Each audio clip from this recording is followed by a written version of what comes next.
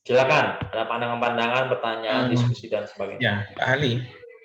Jadi sederhananya, menurut Monica, baptisan itu dipercayai juga terkait dengan penebusan dosa gitu ya Pak ya? Atau Ya, terkait dengan keselamatan gitu deh. iya, iya. Jadi berteologinya Monica itu kita bisa lihat ya berteologinya kekristenan pada umumnya atau kekristenan di abad pertengahan begitu loh. Ya. Kekristenan di abad keempat, abad kelima. Orang belum dibaptis berdosa lebih bisa dimaklumin. Tapi orang kalau sudah dibaptis masih melakukan dosa, lebih berat persoalannya. Ali, kalau Silakan. boleh tahu, setelah itu karena Agustinus berpikiran mending dibaptis pada waktu kecil itu, lalu pemahaman Agustinus sampai menelurkan dia menyetujui baptisan anak atau gimana Pak Ali? Oh, tidak ada pembicaraan soal begitu, ya. Tidak ada pembicaraan soal baptisan anak. Yang mau dikatakan adalah sebenarnya bagi Agustinus, kalau dia telah dibaptis mulai dari kecil, maka kemungkinan besar itu bisa menjadi pengingat bagi dia ketika di masa remaja, masa mudanya, dia akan hidup secara bebas. Artinya kalau dia mau melakukan kejahatan-kejahatan pun, dia masih mikir-mikir gitu loh. Saya sudah dibaptis. Kira-kira begitu yang mau ditekankan oleh Agustinus. Bukan masalah soal baptis bayi dan lain-lain.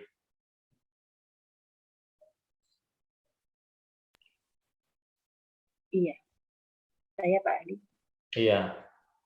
Saya coba ini melihat dari sisi pertumbuhan rohani di dalam keluarga yang ibaratnya campur seperti ini ya, iman Kristen meskipun tadi kekristenannya juga dasar keyakinannya juga masih banyak yang perlu diperbaiki. Jadi kayak ini ya Pak, kita bisa ditarik dari kisahnya Timotius ya Pak ya. Timotius sendiri kan juga dari keluarga yang ibunya itu mengenal Tuhan dengan baik, tetapi ayahnya kan tidak banyak diceritakan meskipun banyak tafsiran itu nampaknya bisa jadi bukan orang yang percaya kepada Tuhan, tapi itu mungkin diskusi yang lain. Cuma yang saya pikirkan gini Pak Ali, ini kan banyak juga ya buku-buku itu yang mengangkat sosok Ibu Monica ini ya. Yang saya paling ingat itu adalah ini soal bagaimana dia itu terus berdoa. Agustinus sendiri juga menyampaikan itu bahwa ibunya ini seorang pendoa. Paling tidak sederhana bahwa dia ingin anaknya itu mengenal Tuhan yang dia yakini di dalam kekristenan itu. Kan sampai-sampai ada buku juga yang ini menuliskan ada seorang imam itu yang memberitahu Ibu Monica itu karena dia sering datang berdoa untuk anaknya. Imam itu kan mengatakan ini seorang anak yang didoakan dengan air mata mustahil akan binasa. Begitu ya, sampai-sampai Ibu Monica itu dikenang dengan kesetiaannya di dalam berdoa. Cuma memang yang saya pikirkan adalah bagaimana sebetulnya, ya memang tidak mudah pasti ya Pak Ali, bersuamikan yang bukan orang percaya, lalu kemudian membesarkan anak, cuma untuk sepanjang waktu berapa ini sampai sekolah, pada sekolah menengah masih bersama-sama keluarga ya Pak Ali ya. Iya. Berarti paling tidak 11 tahun. Ya memang kita kan percaya ya setiap didikan rohani kepada anak-anak itu kan tidak akan sia-sia. Ya memang semuanya akan kembali kepada anugerah Tuhan bagi anak itu.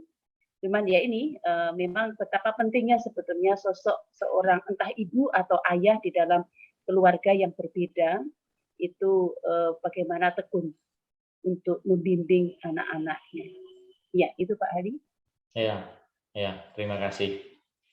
Ya, Monica selama ini dipandang positif oleh orang-orang Kristen atau dihargai tinggi oleh orang-orang Kristen oleh karena terus berdoa mengharapkan Agustinus itu suatu hari bertobat, dibaptis. Ya, artinya Monica punya harapan besar Agustinus segera menjadi orang Kristen, segera dibaptis. Ya. Nah, kebesaran itu yang dipandang tinggi oleh orang-orang Kristen terhadap diri seorang Monica. Kalau kita mau bandingkan misalnya, ya, kalau kita mau bandingkan data-data tentang Monica kita kumpulkan misalnya, kita bandingkan dengan Marianya Ibu Yesus, ya jauh mestinya, ya jauh begitu. Kalau kita mau bandingkan gitu, seorang Monica dengan seorang Maria ibunya Yesus, jauh, ya, bisa dibilang juga langit dan bumi, ya, tidak ada apa-apanya Monica itu kalau mau dibandingkan dengan seorang Maria, ya. Tapi minimal ya dia sudah menjalani hidupnya, ya kita minimal kita bisa dapat info dari Agustinus, ya Monica tidak menjalani hidupnya secara sembarangan, ya. Dia hidup sebagai seorang Kristen ya pada umumnya, standar-standar yang umum lah begitu dari seorang Kristen, dan itu ya memadai lah, ya memadai. Iya, maksud saya tadi Timotius, Pak. Ya. Iya.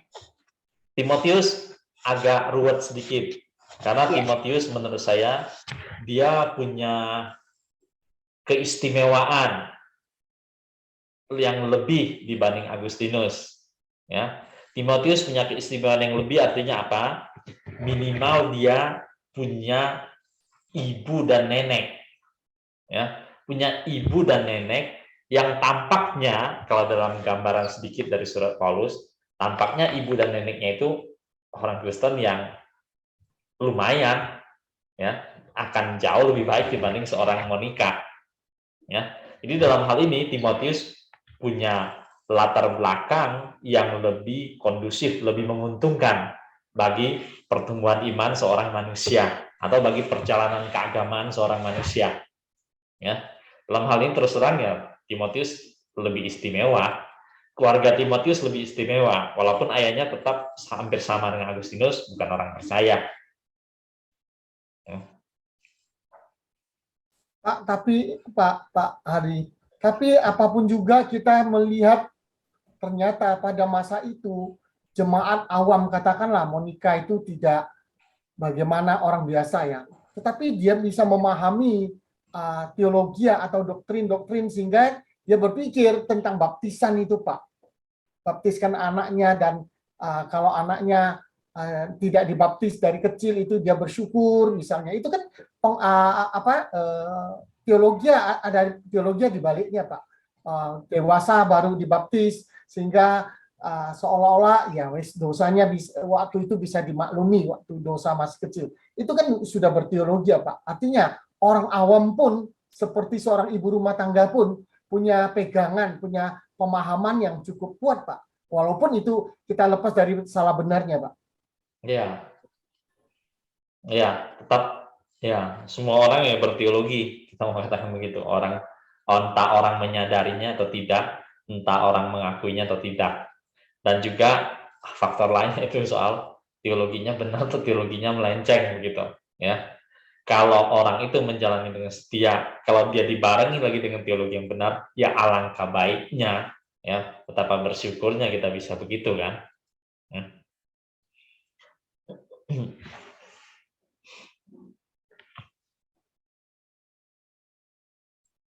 Tadi tidak sesederhana ya perjalanan hidup dari seorang Agustinus. Kalau kita mau teliti lebih jauh, masih banyak yang bisa digali, ya. Baru dari riwayat hidupnya masih banyak yang bisa digali. Ya, oke, coba kita lihat lagi dikit lagi. Ya, ini coba kita lihat.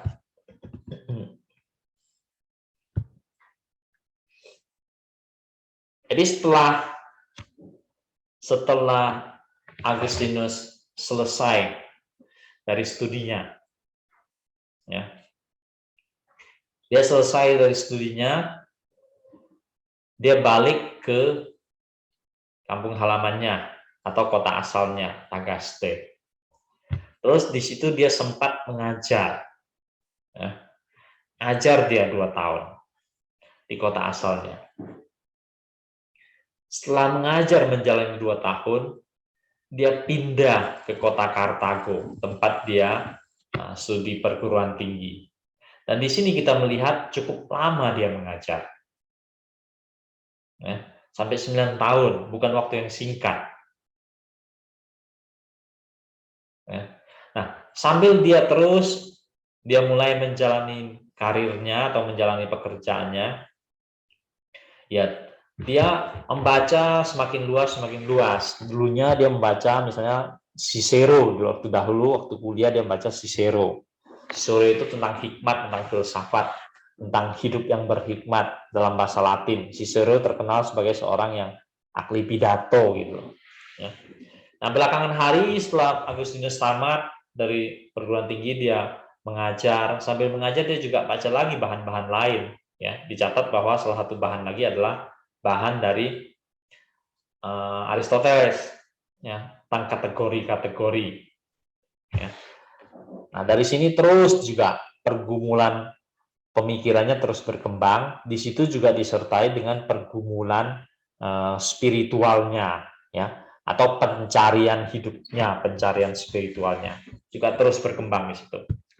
Seiring dengan umurnya makin dewasa, makin matang, seiring dengan orang-orang yang bersentuhan, bergaul dengan dia, atau yang dia temu, orang-orang di mana dia bisa diskusi dan berteman dan seterusnya.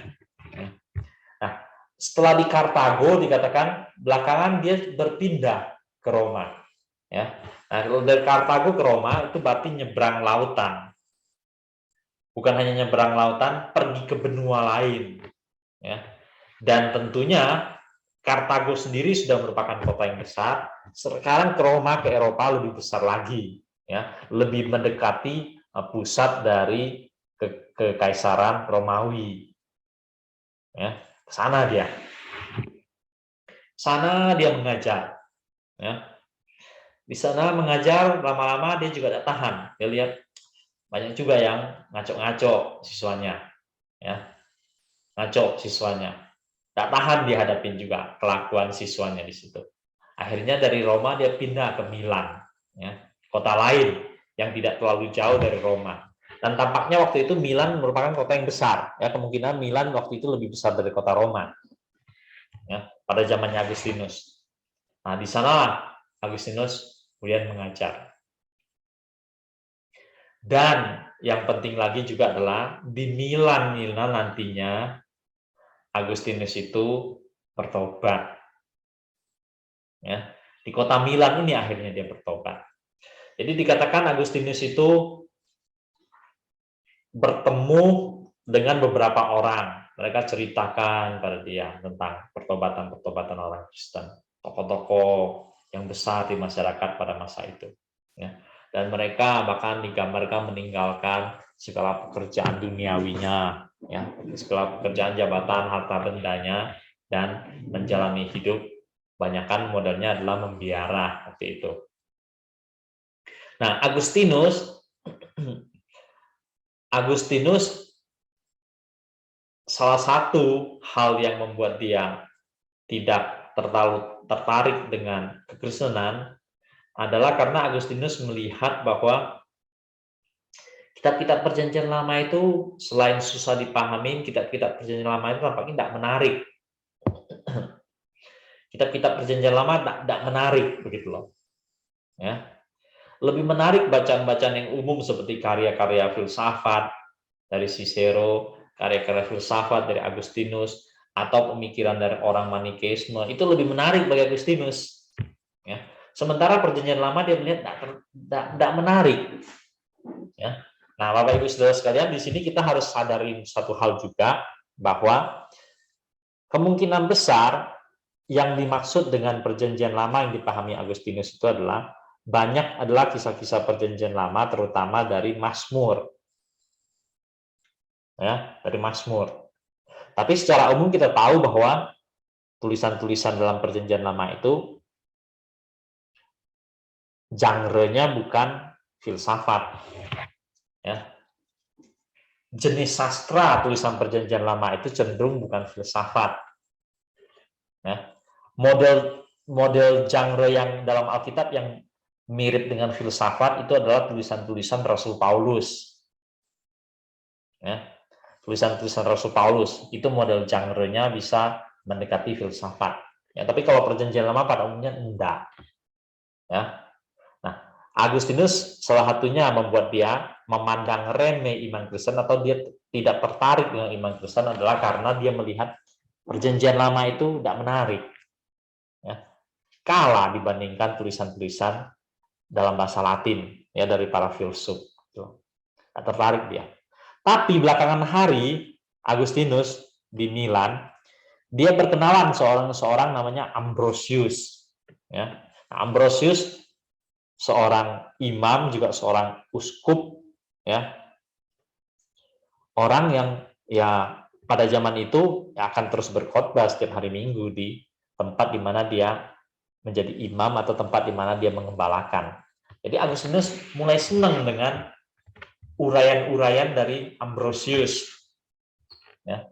Cara Ambrosius menjelaskan kitab suci dan cara Ambrosius juga menjelaskan Perjanjian Lama. Jadi dari sini Agustinus melihat ternyata menarik juga ya Perjanjian Lama itu.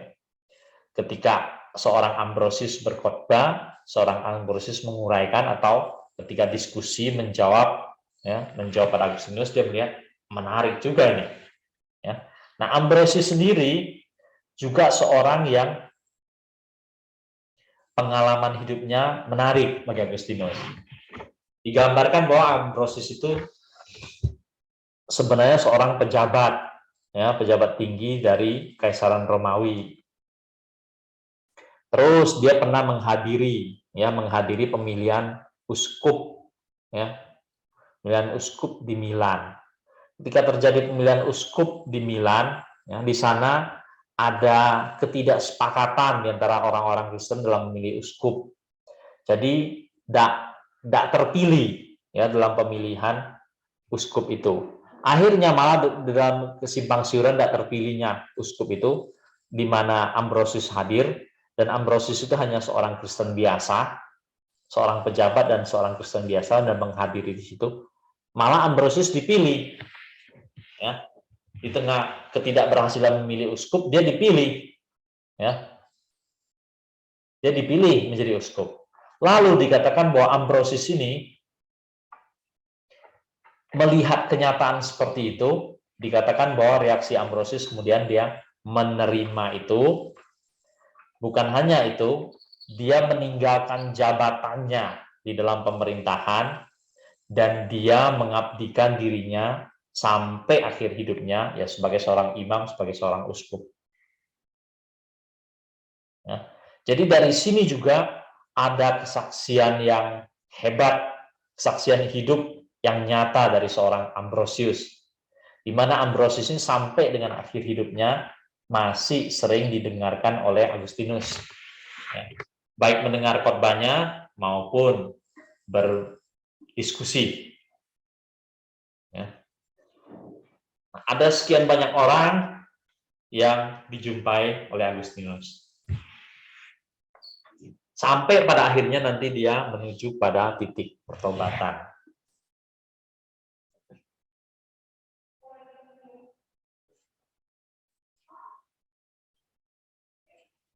Ya, maju lagi dikit lagi.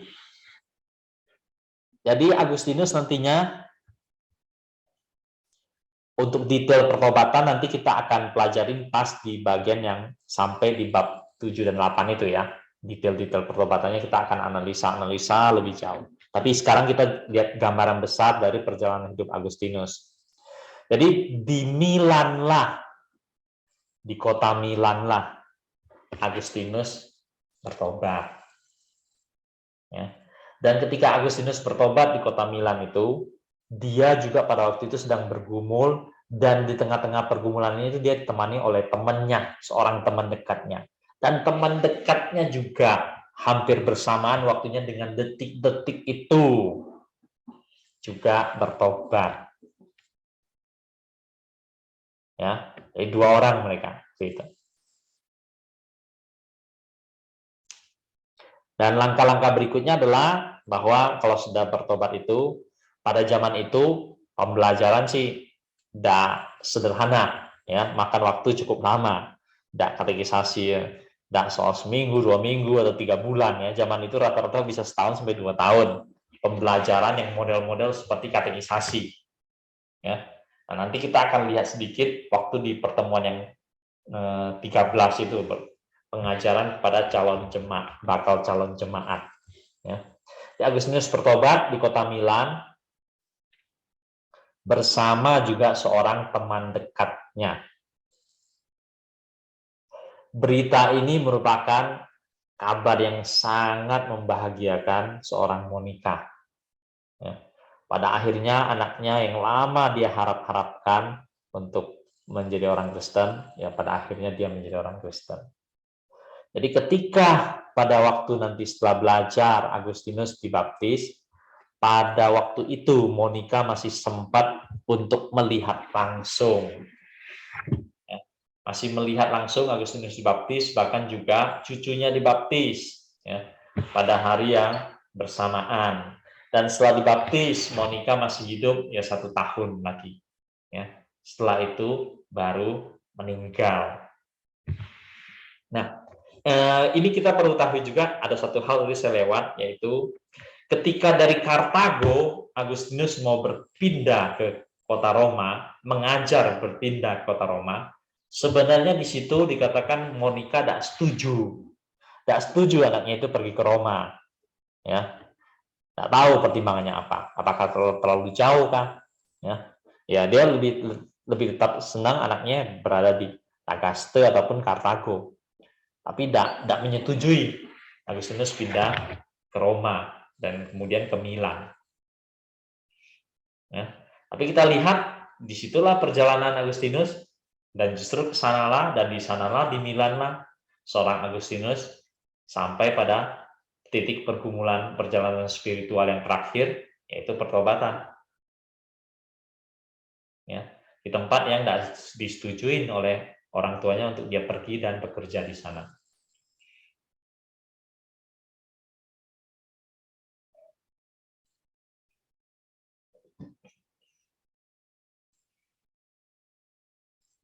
Oke, sampai di sini dulu. Silakan kalau ada hal-hal mau didiskusikan.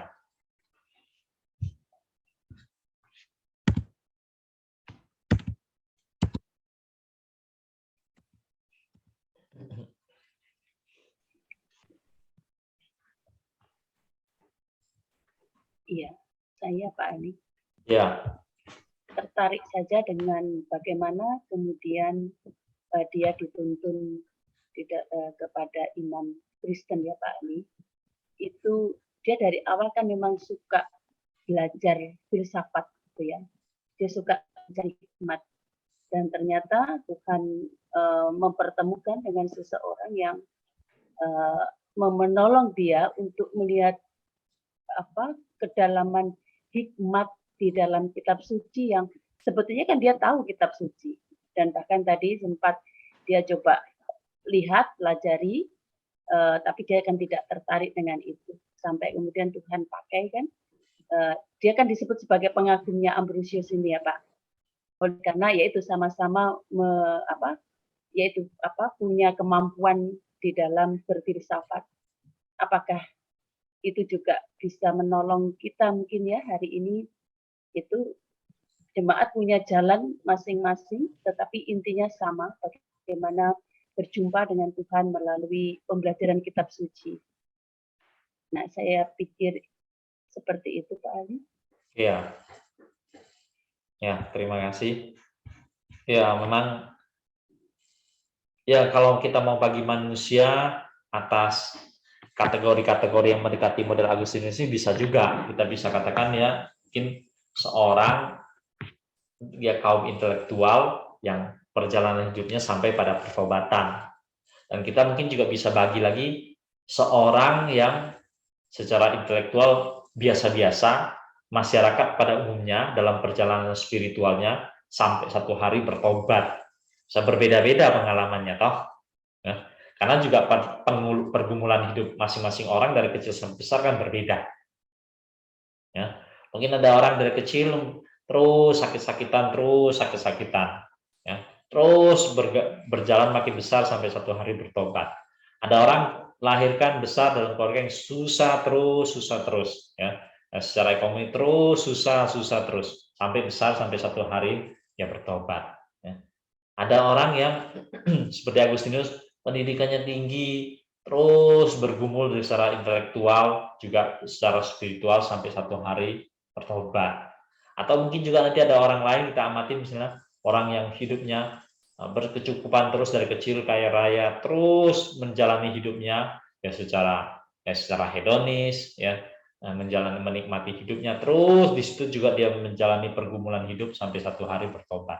Ya, beda-beda, ya, beda-beda. Tapi dari semua kelompok-kelompok ini, kalau kita mau kelompokkan 2 macam manusia atau 4 macam manusia, ya, dari 2 kelompok manusia atau 4 macam manusia, masing-masing kelompok mereka sampai pada pergumulan dan pertobatan, ya banyak hal kita bisa belajar dari situ. Ya. Kalau kita mau bagi 2 kelompok, mungkin dari 2 kelompok itu aja kita bisa belajar sesuatu, lalu kita bisa mendapatkan masukan-masukan untuk membimbing orang-orang yang dalam 2 kelompok itu sampai satu hari mereka mengalami pertobatan. Kalau kita setuju dengan pembagian tadi model 4 macam kelompok, 4 macam manusia itu, kita pelajarin setiap kelompok itu, bagaimana perjalanan hidupnya sampai mereka bertobat. Ya mungkin kita bisa dapat masukan-masukan yang berharga untuk kita membimbing orang-orang yang bisa kita kelompokkan 4 macam itu. Dengan cara yang berbeda kita bimbing mereka sampai perjalanan satu hari juga menuju pertobatan. Paling tidak seorang Agustinus seorang yang sangat intelektual, orang yang terus mencari dan mencari gitu, ya. Bisa kita bilang ilmuwan gitu loh, atau bisa kita bilang filsuf juga boleh, ya. Perjalanan hidup kaum intelektual sampai pada pertobatannya. Ya dari sini kita akan banyak dapat masukan. Suatu hari Bapak Ibu saudara-saudara bertemu dengan orang-orang yang juga masuk kelompok intelektual, ya. Dan orang itu dalam perjalanan mencari bergumul secara spiritual dan makna hidup dan seterusnya. Kita bisa bimbing, berikan masukan-masukan sebagaimana perjalanan hidup yang pernah dijalani oleh Agustinus.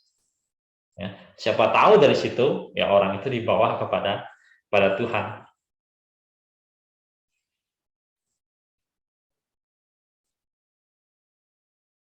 Oke, silakan.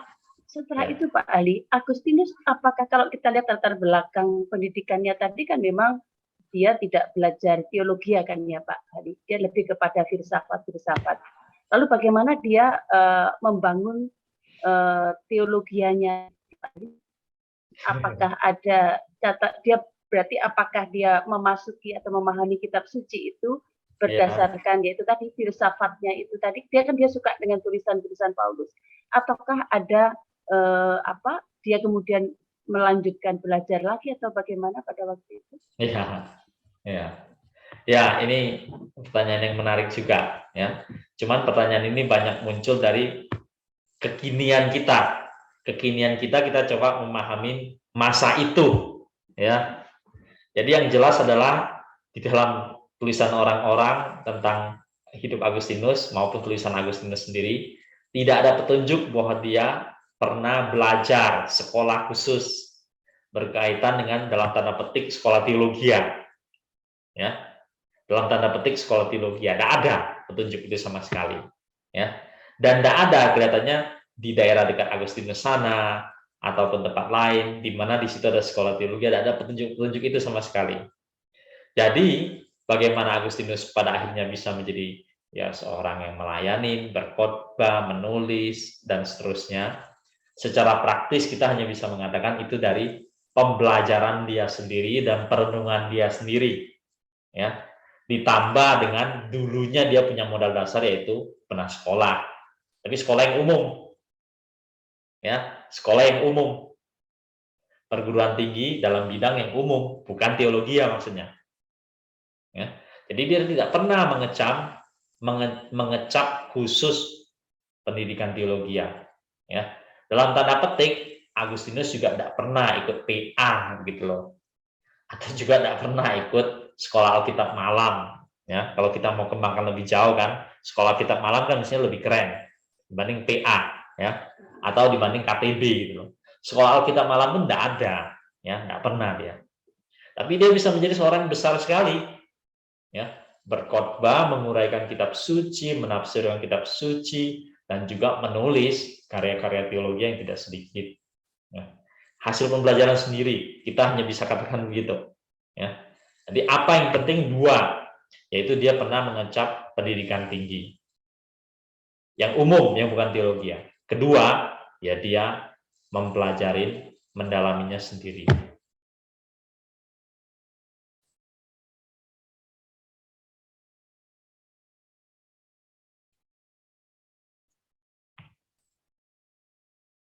Oke, silakan kalau masih ada. Ya Pak Hali, kalau gitu, apakah kita ini tanda kutip, apakah ya saya hanya berpikir ya, apakah Tuhan hanya menciptakan satu Agustinus gitu loh, yang punya pemahaman yang luar biasa tanpa harus studi teologi atau apa? Apakah kemungkinan zaman sekarang pun misalnya ada orang tampil tanpa harus sekolah teologi atau apa, tapi hasil perenungan mereka dengan Tuhan, kehidupan mereka dengan Tuhan bisa menghasilkan satu karya yang luar biasa, misalnya tanpa harus punya jenjang teologi atau apa, sekedar dia orang itu pinter misalnya luar biasa. Silakan ditanggapi. Ataukah saya melihat mungkin saja karena ya memang dulu itu katekisasinya kan berbeda dengan kita zaman ini ya. Dulu itu betul-betul mereka mengikuti sang pemimpin bagaimana belajar hidupnya, pikirannya, karyanya. Nah, itu mungkin kalau saya melihat apakah mungkin Ambrosius ini yang memberikan kontribusi yang besar, Pak? Ya. Silakan Bapak Ibu, ada yang mau menanggapin sebelum saya nanggapin?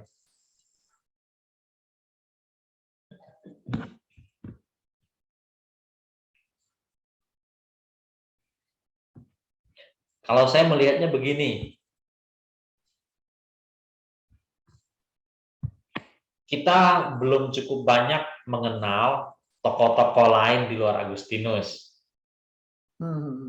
Ya, tokoh-tokoh lain di dalam bapak-bapak gereja, kelompok bapak-bapak gereja. Ya. Nah, kalau kita sudah belajar lebih banyak kelompok-kelompok yang masuk abad-abad yang paling awal, 4 abad pertama dalam sejarah Kekristenan, mestinya kita bisa bertemu dengan banyak orang seperti Agustinus. Ya. Kita bisa bertemu dengan cukup banyak orang seperti Agustinus, terutama di 4 abad awal sejarah Kekristenan. Nah, tapi sekali lagi, mereka bisa begitu karena juga ada latar belakang minimal, yaitu pernah studi bidang yang umum, ya. Selain itu pernah studi bidang yang umum, kebanyakan nanti mereka adalah melalui pembelajaran pribadi yang cukup panjang juga, ya. Pembelajaran pribadi yang cukup panjang juga. Zaman itu nanti mulai masuk pelan-pelan terbangun namanya biara, ya. Mulai dari zaman Agustinus itu sudah ada mulai membentuk biara-biara, di mana orang-orang secara inisiatif sendiri kumpul hidup bersama dalam biara, di situ mereka saling belajar. Ya. Jadi intinya adalah memupuk rohani, juga merenungkan, juga membaca kitab suci, dan seterusnya. Dari situ mereka belajarnya. Ya, dari situ mereka belajarnya. Tentu dalam belajar itu, dengan segala keterbatasan bahan-bahan yang ada, mereka juga membaca berbagai karya orang-orang lain. Ya. Jadi bukan hanya Alkitab saja yang mereka baca, juga banyak karya-karya orang-orang lain, bahkan orang-orang yang masyarakat umum, yang non-Kristen pun. Bahan-bahan yang bagus-bagus, yang terkenal, yang mereka baca juga. Ya. Jadi sebenarnya untuk 4 abad awal sejarah Kekristenan, banyak bapak-bapak gereja yang dalam tanda petik tidak ada sekolahan, tidak melalui sekolahan teologi.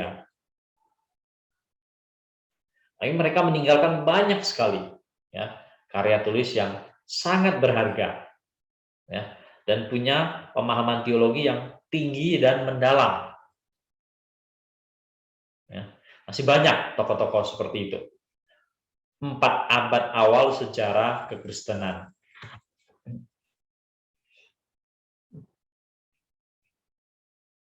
Ya, Pak, justru saya timbul pemikiran, Pak. Kalau begitu banyak tokoh-tokoh dan sekaliber Agustinus, tetapi yang mewarnai teologi Kristen, termasuk mewarnai Calvin, mewarnai Luther, itu kan Agustinus, Pak, yang banyak. Dan akhirnya mewarnai kita semua, Pak. Kenapa tidak teolog-teolog yang lain yang sekaliber dia itu muncul, Pak, dan mewarnai kekristenan dunia? Yang sekarang ini kita kebanyakan mengacu pada Luther dan Calvin atau Zwingli, lalu masuk lagi ternyata mengerucut ke Agustinus, Pak. Susah ini ya. Ini berkaitan dengan sejarah kita masing-masing. Sejarah gereja Bapak Ibu Saudara masing-masing. Ya. Karena sejarah gereja kita masing-masing itu memberikan kita kelebihan, tapi juga memberikan pada kita kekurangan. Ya. Sejarah gereja kita masing-masing memberikan kita banyak keistimewaan, tapi juga banyak kekurangan. Ya. Karena kita lahir dan besar di dalam gereja-gereja yang berasal dari Barat. Jadi kita ikutnya Barat semua. Karena orang Belanda yang memberitakan Injil ke sini, atau orang Jerman yang memberitakan Injil ke sini, ya, dan seterusnya begitu, ya. Atau orang Amerika, orang Inggris yang memberitakan Injil ke sini, begitu. Jadi yang kita serap yang begitu-begitu, ya, yang kita serap yang begitu-begitu, dan kemungkinan juga ya karena kalau menurut saya orang seperti Calvin, Luther juga mungkin akses mereka ke bahasa Yunani juga agak terbatas. Ya. Orang seperti Luther dan Calvin juga jago bahasa Latinnya. Mereka bisa bahasa Yunani dan bahasa Ibrani, tapi bahasa Latinnya jago banget. Ya. Tapi sejauh mana mereka jago bahasa Yunaninya, kita masih belum tahu. Ya. Di zaman Calvin dan Luther, bapak-bapak gereja sudah banyak meninggalkan tulisan-tulisan dalam bahasa Yunani. Ya. Tapi sejauh mana mereka mengaksesnya, tidak tahu kita. Ya. Sejauh mana orang seperti Calvin dan Luther mengaksesnya, tidak tahu kita. Atau sejauh mana orang seperti Thomas Aquinas mengakses literatur berbahasa Yunani, ya, nggak tahu kita. Yang jelas mereka banyak mengakses literatur berbahasa Latin, ya. Karena pada waktu itu memang bahasa Latin sedang primadona di dunia ini, ya. Jadi kita masih, selain orang dari tulisan-tulisan berbahasa Yunani, kita masih banyak juga berhutang pada sejarah gereja kita yang umum, karena kita adalah masuk kategori gereja Barat. Kita belum lagi akses sumber-sumber dalam gereja Timur, ya, yang juga kaya sekali literaturnya, ya. Karena memang sejarah gereja kita masing-masing adalah sejarah gereja dari Barat, bukan sejarah gereja dari Timur. Maksudnya di sini adalah kita bukan sekelompok dengan gereja Ortodoks, ya, tidak sekelompok dengan gereja Timur, tapi sama-sama Kristen, ya. Nah, mudah-mudahan nanti ke depannya kita bisa mengakses lebih banyak. Dengan nanti terus ada penerjemahan, saya harap kita bisa baca lebih banyak lagi literatur bapak gereja dalam bahasa Latin, dalam bahasa Yunani yang terjemahkan ke Inggris dan Indonesia, termasuk juga dari gereja-gereja Ortodoks yang diterjemahkan ke bahasa Indonesia dan bahasa Inggris. Oke, ini kita ambil waktu sebentar. Kita ini aja, ya. Nanti minggu depan kita lanjutkan lagi riwayat hidup Agustinus ini masih berlanjut. Hari ini sisa waktunya kita coba